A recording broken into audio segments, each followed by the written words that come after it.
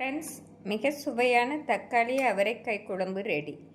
நாம் அவரைக்காய் சேர்த்து செய்யும் தக்காளி குழம்பிற்கு 5 தக்காளி பழம், 6 அவரைக்காய், 2 பெரிய வெங்காயம், பச்சை மிளகாய் நறுக்கி எடுத்து விடலாம். வெங்காயம், பச்சை மிளகாய், அவரைக்காயை பொடியாக நறுக்கிய பின் பூண்டு, தக்காளியை நறுக்கி எடுத்து விடலாம். தக்காளி குழம்பு செய்வதற்கு கடாயில் தேவையான அளவு எண்ணெய் ஊற்றி விடலாம். எண்ணெய் காயவும் 1 ஸ்பூன் கடுகு, 1 ஸ்பூன் ஜீரகம், அரை ஸ்பூன் சோம்பு நன்றாக பொரியவும் நறுக்கிய வெங்காயம், பச்சை மிளகாய் சேர்த்து விடலாம். வெங்காயம் வதங்கும் போதே தேவையான அளவு தூள் உப்பு சேர்த்து விடலாம். நாம் உப்பு சேர்த்து வதக்குவதால் வெங்காயம் விரைவாக வதங்கி வந்துடும். வெங்காயம் 1 நிமிடம் வதங்கவும் நறுக்கிய பூண்டை சேர்த்து விடலாம். 1 ஸ்பூன் இஞ்சி பூண்டு விழுது சேர்த்து விடலாம். இஞ்சி பூண்டு விழுது சேர்த்து நன்றாக வதங்கிய பின்னர் அவரைக்காயை சேர்த்து விடலாம். இந்த அளவு வெங்காயம், இஞ்சி பூண்டு விழுது வதங்கவும் பொடியாக நறுக்கிய அவரைக்காயை சேர்த்து விடலாம். நாம் அவரைக்காய் சேர்த்து மீடியம் ஃப்ளேமில் 1 நிமிடம் வதக்கிய பின்னர் நறுக்கிய தக்காளியை சேர்த்து விடலாம். தக்காளியை சேர்த்து விடலாம். தக்காளி சேர்த்து மீடியம் ஃப்ளேமில் நன்றாக வதக்க வேண்டும். 4 முதல் 5 நிமிடத்தில் தக்காளி நன்றாக வதங்கி வந்துவிடும்.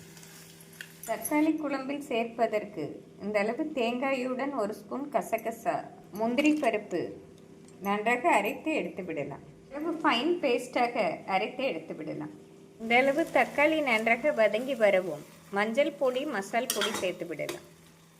1 ஸ்பூன் மஞ்சள் பொடி, அரை ஸ்பூன் தனி வத்தல் பொடி, 1 ஸ்பூன் குழம்பு மசால் பொடி, அரை ஸ்பூன் கரம் மசாலா பொடி. மசாலாக்கள் சேர்த்து மீடியம் ஃப்ளேமில் நன்றாக மிக்ஸ் செய்ய வேண்டும். அளவு வெங்காயம், தக்காளி மசாலாவுடன் வதங்கி வரவும் அரைத்த தேங்காய் விழுதை சேர்த்து விடலாம். தேங்காய் விழுது சேர்த்து மீடியம் ஃப்ளேமில் 1 நிமிடம் வதக்கிய பின்னர் தேவையான அளவு தண்ணீர் சேர்த்து விடலாம்.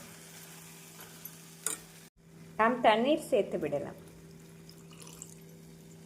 இந்த அளவு கொதித்து வரவும் உப்பு சரிபார்த்து மூடி போட்டு மீடியம் ஃப்ளேமில் 5 நிமிடம் வைத்து விடலாம்.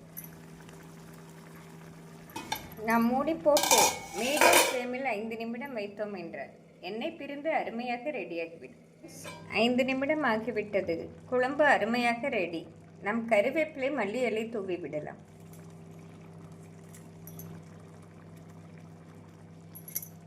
குழம்பு இந்த அளவு பதமாக இருந்தால் சரியாக வரும். அடுப்பை ஸ்விட்ச் ஆஃப் செய்து விடலாம். தக்காளி குழம்பை வேறு பாத்திரத்தில் மாற்றிவிடலாம். ஃப்ரெண்ட்ஸ், மிக சுவையான தக்காளி அவரைக்காய் குழம்பு ரெடி. இதே முறையில் செய்தோம் என்றால் மிக சுவையாக இருக்கும். பொதுவாக குழந்தைகள் காய்கறிகள் சேர்க்க மாட்டார்கள். நாம் தக்காளி குழம்புடன் அவரைக்காய் போட்டு செய்தோம் என்றால் விரும்பி சாப்பிடுவார்கள். சூடான சாதத்துடன் தக்காளி குழம்பு வைத்து சைட் டிஷ்ஷாக உருளைக்கிழங்கு பொரியல் வைத்து கொடுத்தோம் என்றால் மிக அருமையாக இருக்கும். ஃப்ரெண்ட்ஸ், மிக சுவையான இந்த தக்காளி குழம்பை செய்து பார்த்து எப்படி இருக்கிறது என்று கூறுங்கள். Thank you friends.